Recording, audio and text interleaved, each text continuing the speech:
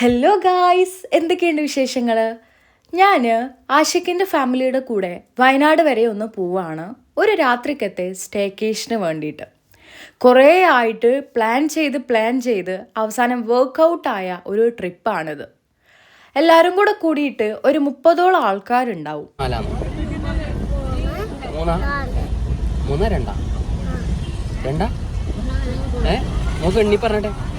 എണ്ണി പറഞ്ഞേ 1 2 3 എണ്ണി പറഞ്ഞേ. എണ്ണി പറ 1 2 3 3 4. ഇതെത്രയാ? ഇതോ ഇതോ ഒന്നാ? ഇതൊന്നാ? 2 അല്ല?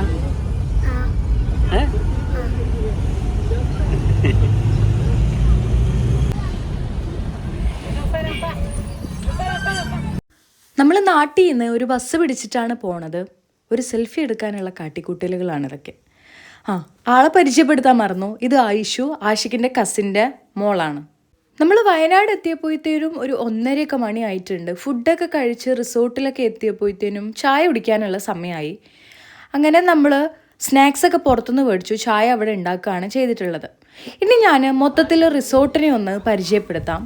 മീനങ്ങാടിയിലാണ് ഈ ഒരു റിസോർട്ട് ഉള്ളത്. പേര് മൗണ്ടെയിൻ വൈബ്സ്. സിറ്റ് ഔട്ടിൽ നിന്ന് കയറിയാൽ ഒരു ഹോളാണുള്ളത്. ഇവിടെ ഇരുന്നിട്ട് നമുക്ക് TV കാണാനുള്ള ഫെസിലിറ്റി ഒക്കെ ഉണ്ട്. ഗ്രൗണ്ട് ഫ്ലോറിലായിട്ട് 4 ബെഡ്റൂമാണ് വരുന്നത്.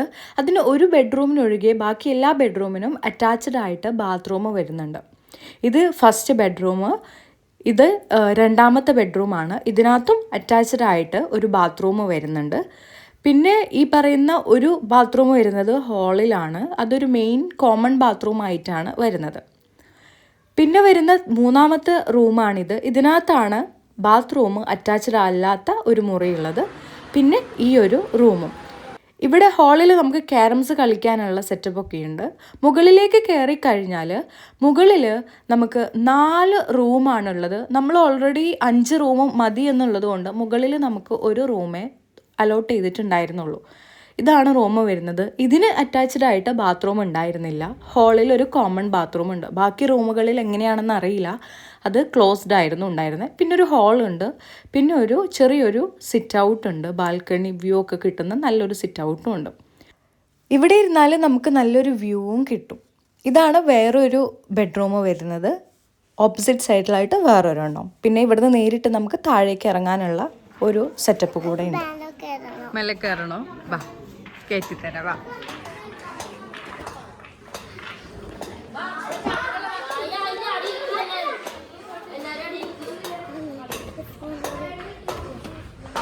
മേലെ കയറി, ഇത്രേ ഉള്ളൂ.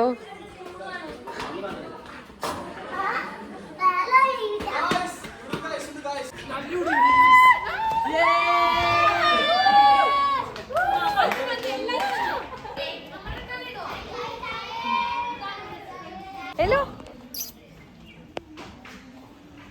എൻ്റെ പേരെന്തേലും ഞാൻ മറന്നുപോയി. പേര് പറ.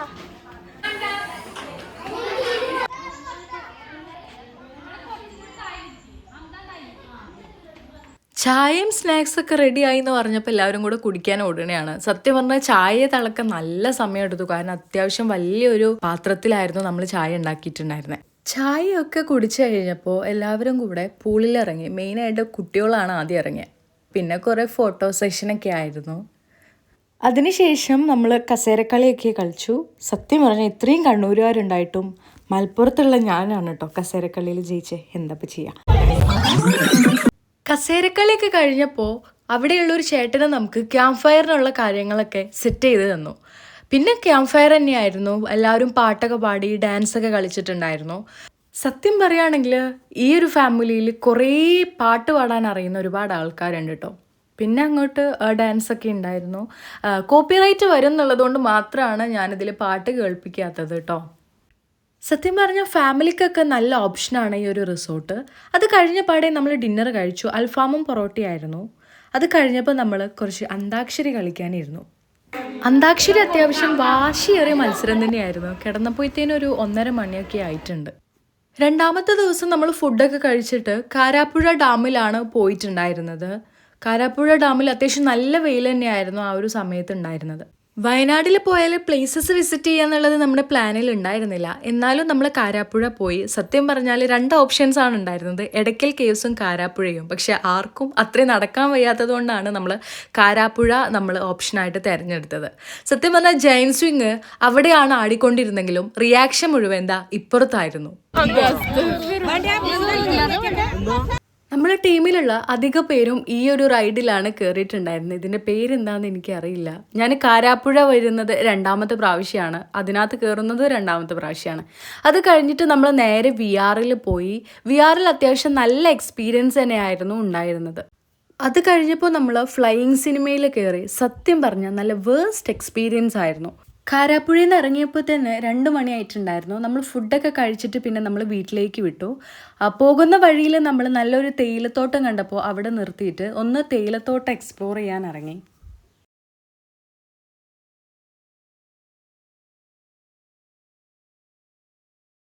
തേയിലത്തോട്ടത്തിൽ നിന്ന് നമ്മൾ കുറേ ഫോട്ടോസും റീലും ഒക്കെ എടുത്തിട്ടുണ്ടായിരുന്നു. അതിനുശേഷം അതിന് നേരെ ഓപ്പോസിറ്റുള്ള ഒരു ചായക്കടയിൽ പോയിട്ട് നമ്മൾ ചായയൊക്കെ കുടിച്ചിട്ട് നേരെ വീട്ടിലേക്ക് പുറപ്പെട്ടു. അത്യാവശ്യം നല്ല വ്യൂ ഒക്കെ കണ്ടിട്ടാണ് നമ്മൾ വീട്ടിലേക്ക് പോയിട്ടുണ്ടായിരുന്നത്. ചായയൊക്കെ കുടിച്ച് ബസ്സിൽ കയറിയപ്പോൾ തൊട്ട് എല്ലാവരും നല്ല ഉറക്കമായിരുന്നു. പിന്നെ എപ്പോഴും എണീറ്റ് പാട്ടും ഡാൻസൊക്കെ തുടങ്ങി. അപ്പോൾ ഇന്നത്തെ വിശേഷങ്ങൾ ഇത്രയേ ഉള്ളൂ. അപ്പോൾ ബൈ.